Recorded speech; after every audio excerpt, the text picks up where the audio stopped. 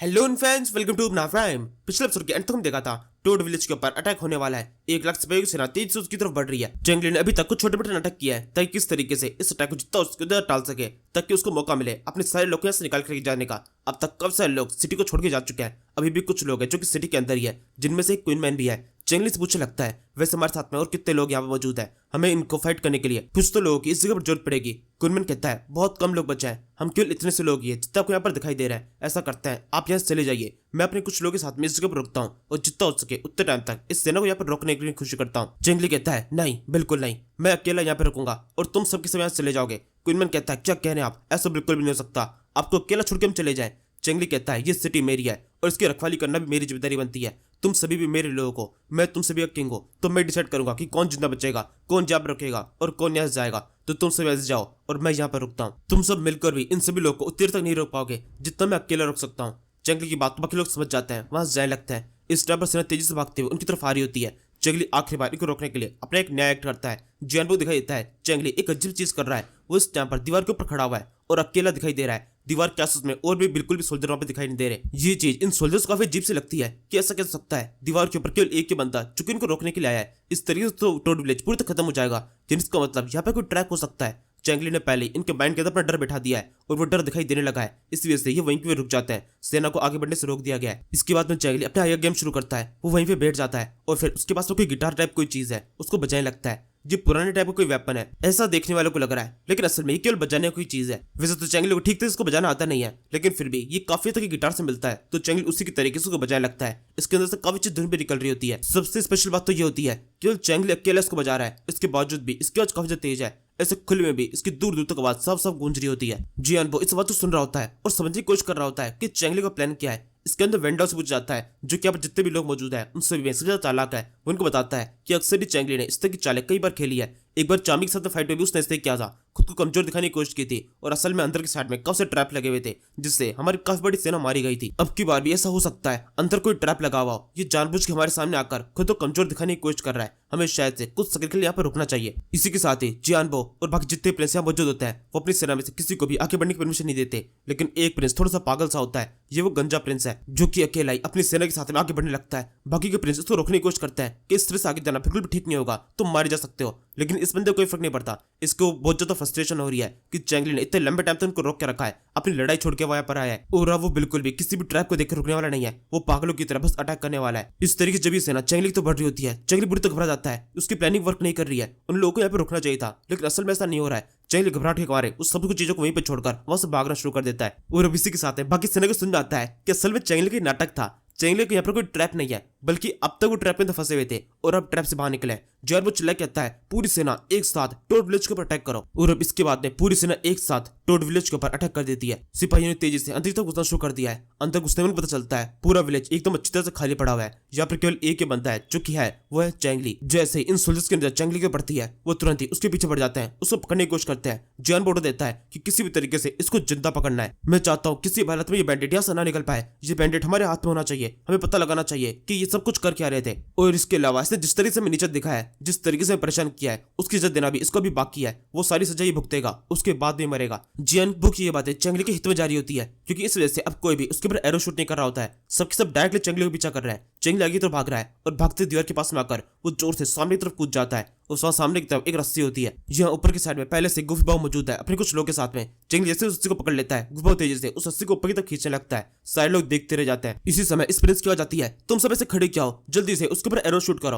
और इसी के साथ में काफी सारे एरोस जंगली के ऊपर शूट किए जाते हैं, लेकिन थोड़ी देर हो चुकी है। जंगली स्टैम्पर इनकी रेंज से काफी ज्यादा दूर है, वो आसानी से ऊपर की तरफ चढ़ जाता है। जंगली को भी अब सेफली विलेज से बाहर निकाल लिया गया है। इन माउंटेन बैंडिट्स को इस तरीके से उस पहाड़ के ऊपर देखकर यहाँ पर जितने भी सोल्जर्स मौजूद होते हैं वो सबके सब बहुत ज्यादा फ्रस्ट्रेट हो रहते हैं। वो लगातार चिल्लाने लगता है, अब भाग क्या रहे हो, जल्दी से अपने विलेज से वापस लौटो, तुमने अपना विलेज खो दिया है, अब ये विलेज हमारा है, अपने विलेज को बचाना चाहते हो तो हमसे फाइट करो। जंगली कहता है, तुम रिंगर्स तुम सबके सब बहुत बड़े बेवकूफ हो, कितनी आसानी से मैंने तुम सभी को बेवकूफ बना दिया। अब इस टाइम पर तुम भले इस विलेज के अंदर हो, लेकिन मेरे सारे लोग पूरी तरह सेफ है और तुम में से कोई भी हमें पकड़ नहीं पाएगा, हम सेफली यहाँ से निकल जाएंगे। जियाबो कहता है, जंगली तुम चाहे कुछ भी कर लो, इससे क्या फर्क पड़ता है, ये पूरा माउंटेन हमारे कंट्रोल में है, इससे कोई फर्क नहीं पड़ता, हम तुम्हें जान से मारते हैं या जिंदा छोड़ देते हैं। तुम कोई भी एक स्पेशल जीव नहीं हो, अगर तुम्हें मार देना हमारे लिए कोई प्राउड की बात होती तो हम मार देते, लेकिन तुम्हें मारने से हमें कोई गौरव नहीं मिलेगा। तो तुम चाहो तो यहाँ से भाग सकते हो। और तुम्हें अपने आप के ऊपर घमंड फील करने की जरूरत नहीं है, क्योंकि तुम अपनी मातृभूमि को यहाँ पर छोड़ के भाग रहे हो। जंगली अभी जियाबो कुछ भी रिप्लाई नहीं देता। वो अपने लोगों से बोलने लगता है, चलो अब यहाँ से चलते हैं, मैं वादा करता हूँ जल्दी यहाँ वापस लौटने वाला हूँ,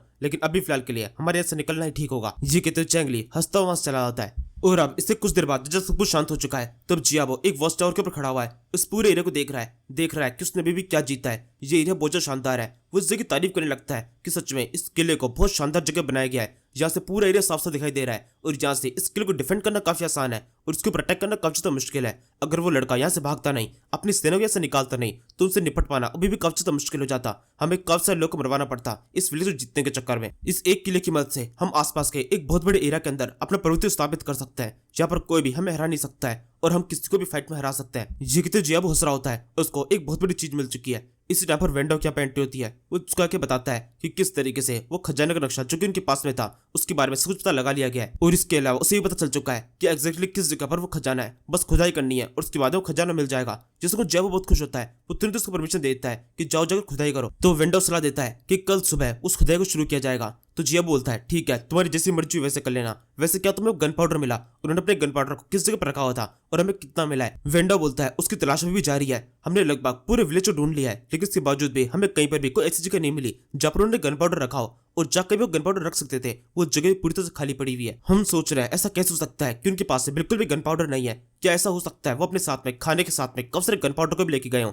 लेकिन अगर कोई अपने विलेज छोड़ के जा रहा है तो गन पाउडर को लेके नहीं जाएगा, वो जितना हो सके उतना खाना लेके जाएगा। जियाबो कहता है इसका मतलब तो ये बनता है उनके पास जितना भी गन पाउडर था जैतून उन्होंने उसको नष्ट कर दिया होगा, लेकिन ऐसा भी नहीं हो सकता। हमने किसी ब्लास्ट की आवाज नहीं सुनी, यानी इसका मतलब उनके पास सारा गन पाउडर नष्ट हो गया था, खत्म हो चुका था, वो हमारे ऊपर सारा यूज कर चुके थे। इसी वजह से वो इस विलेज छोड़ के भाग गए, क्योंकि बिना गन पाउडर के इस विलेज को हमसे प्रोटेक्ट कर पाना उनके लिए भी बिल्कुल नामुमकिन था। वैसे इस विलेज से हमें और क्या खास मिला है? वेंडो कहता है वैसे और भी काफी कुछ मिला है। अगर हम गन पाउडर के बारे में सोच भी दें तो भी हमें काफी सारे वेपन्स, काफी सारे घोड़े और इसके अलावा काफी सारा अनाज मिला है। इस जगह पर बहुत सारा खाना था। इस जगह से हमें जितना सामान मिला है हम ये कह सकते हैं इस छोटे से विलेज के अंदर एक सिटी जितना सामान भरा हुआ है। और इस सामान को देखते हुए मुझे एक चीज समझ में आ गई, वो और चाहते तो कुछ और महीने तक यहाँ पर जितना चाहे उतने लंबे टाइम तक सर्वाइव कर सकते थे, जहाँ पर उनको किसी भी तरीके से खाने की कमी पड़ने वाली नहीं थी। अगर उनके सारे लोग केवल बैठे खाना भी खाते तो भी उनको खाना कम नहीं पड़ता। और अब वो सारा खाना हमें मिल चुका है। इस विलेज जीतने के चक्कर में हमने जितनी मेहनत की थी उसमें से काफी बड़ा हिस्सा वसूल हो चुका है। जियाबो कहता है तुम बिल्कुल ठीक कह रहे हो और आगे का हिस्सा जल्दी वसूल हो जाएगा। ये किला हमें फ्यूचर में बहुत ज्यादा फायदा करने वाला है। सारे सोल्जर्स को कह दो हम आज शानदार दावत करने वाले हैं। आज की रात हमारी जीत की रात होगी। ये विलेज हमारे लिए कब्जा फायदे का सौदा रहा है। और अब इसके बाद में रात हो जाती है, शानदार जश्न मनाया जा रहा है, बीच में आग लगाई गई है और जितने भी सोल्जर इस जगह मौजूद होते हैं वो सबके सब नाच गा रहे होते हैं। हर कोई इस जगह पर अपने अपने तरीके से एंजॉय कर रहा है। जब ये रिंगर्स एंजॉय करने पर आता है तो सब कुछ भूल भाल के आराम से शराब वगैरह पी रहे होते हैं, एकदम नॉर्मल तरीके से एंजॉय कर रहे हैं। और जब इस तरीके का ये एंजॉयमेंट चल रहा होता है तभी एक अजीब चीज होती है। एक प्रिंस कुछ बेटे खा रहा होता है, तभी ऊपर जरा सा नोटिस होता है कोई अजीब सा बॉक्स है जो कि हवा में कहीं पर उड़ रहा है। किसी की भी इस बॉक्स के ऊपर जरा सी भी नजर नहीं है। एकदम से बॉक्स किसी जगह पर गिरता है और जोर से ब्लास्ट हो जाता है। सोल्जर्स लॉन्च कर देते हैं, दुश्मन ने अटैक कर दिया है, दुश्मन वहां उस जगह पर है। असल में ब्लास्ट विलेज के भी बाहर हुआ है, किसी पहाड़ के बीच में। सभी सोल्जर जल्दी से उसी तरफ देखने लगते हैं कि ब्लास्ट हुआ क्यों है और ये वहां पर पहाड़ों के बीच में क्यों किया गया, जब इनको सिटी के ऊपर जो लोग हैं उनके ऊपर अटैक करना था। इसके बाद उनकी नजर पड़ती है चेंगली के ऊपर और चेंगली के साथ में और जो लोग हैं उनके ऊपर भी। चेंगली बोलने लगता है तुम सभी के ऊपर अटैक किया जा रहा है। जियाबो कहता है तुम बैंडिट कह के तुम्हारी इतनी हिम्मत, तुम दोबारा से यहाँ पर आ गए। ये किला अब हमारा हो चुका है, तुम्हें पता है अगर तुमने इस किले के ऊपर कुछ भी करने की कोशिश की तो हम तुम्हें खत्म कर देंगे। चेंगली कहता है अच्छा ऐसी बात है तो तुम मुझे खत्म कर दोगे? तुम्हें ऐसा लगता है मैं कोई बेवकूफ हूँ जो कि तुम्हारे सामने ऐसे ही आ जाऊंगा? मेरे पास पूरी प्लानिंग है। जैसा कि मैंने तुमसे कहा था साउथ के साइड में मेरा एक मास्टर है जिसने मुझे पूरी इमोर्टल बनाया है। इसके बावजूद भी अगर मैं से भाग रहा हूँ तो तुम्हें समझ लेना चाहिए था इसके अंदर जरूर से मेरी कोई चाल है। लेकिन तुम तो उस चाल को भूलकर जब अपनी पार्टी एंजॉय कर रहे हो, मजे कर रहे हो, इस मजे की तुम्हें एक बड़ी कीमत चुकानी पड़ेगी। तुमने मेरे विलेज को अपने कब्जे में तो कर लिया, लेकिन ये विलेज बिल्कुल तुम्हारे कब्जे में नहीं रहेगा। ये विलेज पूरी तरह से हमारा है और ये हमारा ही रहेगा। किसी भी तरीके से कोई और इसको प्रोटेक्ट करके इसको अपने कब्जे में नहीं कर सकता है। जियाबो कहता है हम सारे बारबेरियंस हैं, हमारे सामने कोई भी नहीं टिक सकता। इस दुनिया के जो कुछ भी है वो सब कुछ हमारा है और सब कुछ हम अपने कब्जे में करके रहेंगे। जिस चीज के ऊपर हमें नजर पड़ जाती है वो हमारा हो जाता है। चेंगली कहता है अच्छा ऐसी बात है तो फिर तुम्हें मैं तबाही के दर्शन कराता हूँ और फिर ये तबाही तुम्हारी होगी। ये कि तो चेंगली अपने हाथ में जो मशाल होती है उसको हिलाकर एक छोटा सा इशारा करता है। उसके तक करने के साथ में सभी लोग ये समझ जाते हैं। तुरंत ही काफी सारे सोल्जर्स अपने हाथ में जो बॉक्सेस होते हैं और वो नीचे की तरफ फेंकना शुरू कर देते हैं। इन सभी को एक स्पेसिफिक जगह फेंका जा रहा है। ये सब में वो जगह है जहाँ पर चेंगली ने अपना वो बांध बनवाया था ताकि उस नदी के पानी को रोका जा सके। अब इस नदी के अंदर काफी सारा पानी है। जैसे इस जगह ब्लास्ट होता है तुरंत ही वो बांध टूट जाता है और काफी सारा पानी तेजी से सिटी के अंदर घुसने लगता है। चेंगली का ये एक मूव 1 लाख सिपाहियों के ऊपर भारी पड़ता है। सारे सिपाही चेंगली की लाइव इस बाढ़ के अंदर बह जाते हैं। उन सभी के ऊपर पत्थर कुछ भी चीज जो कि वहाँ मौजूद है वो सबके टकराने लगती है। पानी काफी है इन सभी को खत्म करने के लिए, इससे कोई फर्क नहीं पड़ता यहाँ पर कितनी बड़ी सेना है। अगर इस तरह से बाढ़ इस जगह पर आएगी तो पूरी सेना बह जाएगी और कितनी बड़ी सेना इस तरह के बाढ़ का सामना नहीं कर सकती। काफी देर तक इस जगह पर शोर सुनाई देता है और फिर कुछ देर के अंदर सब कुछ शांत हो जाता है। सारे लोग जो कि इस जगह मौजूद थे वो सबके सब मारे जा चुके हैं। पानी लगातार पहाड़ों के नीचे तक इन सभी को बहाता हुआ लेके चल जाता है। ये एकदम ऊपर से थे और चोटी से सीधे बहते हुए एकदम तल तक पहुंच जाते हैं। चेंगली इस सारे डिस्ट्रक्शन को अपनी आंखों के सामने होता हुआ देख रहा होता है। उसने अपनी खुद की सिटी जिसको बनाने में इतनी मेहनत की थी उसको खुद को अपनी आंखों के सामने नष्ट होता हुआ देखा है। इसके बाद में लू बाई चेंगली के पास में आता है। उससे कहने लगता है, विलेज मास्टर गुड जॉब, आपने काफी अच्छा काम किया। इस फाइट का इससे अच्छा एंड नहीं हो सकता था। चेंगली कहता है, हाँ तुम बिल्कुल ठीक कह रहे हो। जिस टाइम पर मैं इस जगह विलेज बना रहा था उसी टाइम पर स्ट्रेटेजिस्ट ने कह दिया था कि इस जगह पर विलेज बनाना बहुत नुकसान सुधर रह सकता है, किसी टाइम पर विलेज बह जाएगा। तब उस टाइम पर मैंने इस बांध को बनवाया था। तब मैंने सोचा नहीं था कि इस बांध को इस तरह से यूज करना पड़ेगा, खुद से ही खुद के विलेज को नष्ट करवाना पड़ेगा, लेकिन अब इसको इस तरह से यूज करना पड़ा है। लू बाई कहता है, हाँ आपकी प्लानिंग काफी शानदार और काफी सटीक थी। आपने पहले ही काफी सारे लोगों को बोल दिया था कि इस जगह पर जितना हो सके उतना अच्छी तरीके से गन पाउडर को लाके इकट्ठा कर देना है ताकि एंड टाइम पर जोर से ब्लास्ट कराया जा सके। और इसके अलावा पिछले कुछ टाइम से जो बारिश हो रही थी उससे भी वो जगह बहुत ज्यादा भर चुकी थी। इस जगह पर इतना पानी इकट्ठा हो चुका था कि उसकी मदद से बड़ी सैनी से हम इतनी बड़ी सेना को नष्ट कर पाए। इस बार आपकी प्लानिंग ने और इसके साथ में गॉड तक ने हमारा साथ दिया। गॉड की वजह से इतनी बारिश हुई थी और इतना पानी इकट्ठा हो पाया। मुझे लगता है अब कम से कम रिंगर्स के बाद समझ में आ जाएगी कि किसी भी तरीके से किसी माउंटेन मैंडेट से पंगा नहीं लेना चाहिए। भले हम नंबर में कम है लेकिन अभी भी उनसे काफी ज्यादा ताकतवर है। हमें पता है हम क्या कर रहे हैं। हम जिस जगह पर है वहां पर कोई भी हमको हरा नहीं सकता है। हम बहुत कैपेबल है और अच्छी तरह से जानते हैं अपनी सीमाओं को किस तरह से रक्षा करनी है। चेंगली कहता है, हाँ तो बिल्कुल ठीक कह रहे हो, रेस्पेक्ट सबसे इंपॉर्टेंट होती है। इन्होंने जिस तरीके से हम पर अटैक करने की कोशिश की ये बिल्कुल भी ठीक नहीं था। इसके बाद में चेंगली और लू बाई कुछ और सेकंड तक इस पूरे नजारे को अपने आंखों के सामने देखने लगता है। फिर चेंगली की बोलता है, मुझे लगता है अब हमें यहाँ चलना चाहिए, यहाँ पर देखने के लिए और कुछ भी नहीं है। लू बाई बोलता है, अब हमें क्या करना चाहिए कि हम वापस से अपने सारे लोगों को इस जगह बुला लें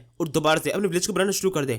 चेंगली कहता है, नहीं यहाँ बुलाने का कुछ फायदा नहीं है, यहाँ पर सब कुछ पूरी तरह नष्ट हो चुका है। ये सब कुछ एकदम जीरो पहुंच चुका है। ना हमारे पास में खाना है ना ही कुछ और रिसोर्सेज। हम लोगों को यहाँ पर बुलाकर बेकार उनका टाइम वेस्ट करेंगे। पहले सब कुछ सोच लेते हैं कि करना क्या है, उसके बाद में कोई स्टेप उठाए तो ज्यादा बेहतर होगा। वैसे इस समय चेंगली जो सोच रहा है उससे काफी ज्यादा बड़ी बड़ी चीजें हो चुकी है। उससे एक स्क्रीन शो होती है जिसके ऊपर लिखा हुआ है, तुमने काफी अच्छा काम किया, तुम काफी अच्छी तरीके से खुद के विलेज को प्रोटेक्ट करने में कामयाब रहे। जो ये अटैक हुआ था वो काफी ज्यादा खतरनाक था और इसी वजह से तुम्हें कुछ रिवॉर्ड दी जाता है, तुम कुछ स्किल्स को सीख सकते हो। और इसी के साथ में चेंगली को 3 स्किल्स का ऑप्शन मिलता है और फिर साथ में नीचे की साइड में एक और चीज शो हो रही होती है। और अब तुम्हारे पास में एक और नया टास्क है, अपने माउंटेन विलेज को दोबारा से स्टेबलाइज करना। और इस बार सिस्टम स्पिरिट तुम्हारी कोई मदद नहीं कर पाएगी क्योंकि सिस्टम स्पिरिट पूरी तरीके से इस विलेज के साथ में जुड़ी हुई थी। क्योंकि वो विलेज से जुड़ी हुई थी, जैसे विलेज बढ़ रहा था उसकी पावर भी बढ़ रही थी। लेकिन अब क्योंकि विलेज नष्ट हो चुका है तो वो भी एक डीप स्लीप के अंदर जा चुकी है। और इसके अलावा अब क्योंकि तुम्हारा विलेज पूरी तरह नष्ट हो चुका है तो इसका मतलब तुम दोबारा से विलेज के हिसाब से लेवल 1 पे पहुंच चुके हो। और अब क्योंकि तुम दोबारा से लेवल 1 पर हो तो यानी इसका मतलब तुम समनिंग क्रिस्टल का अब यूज नहीं कर सकते हो। समनिंग क्रिस्टल और सिस्टम शॉप दोनों टेम्पररी तौर पर क्लोज किए जाते हैं। और अब इसके बाद में फाइनली जाकर यह एक्सट्रीम फाइट खत्म होती है।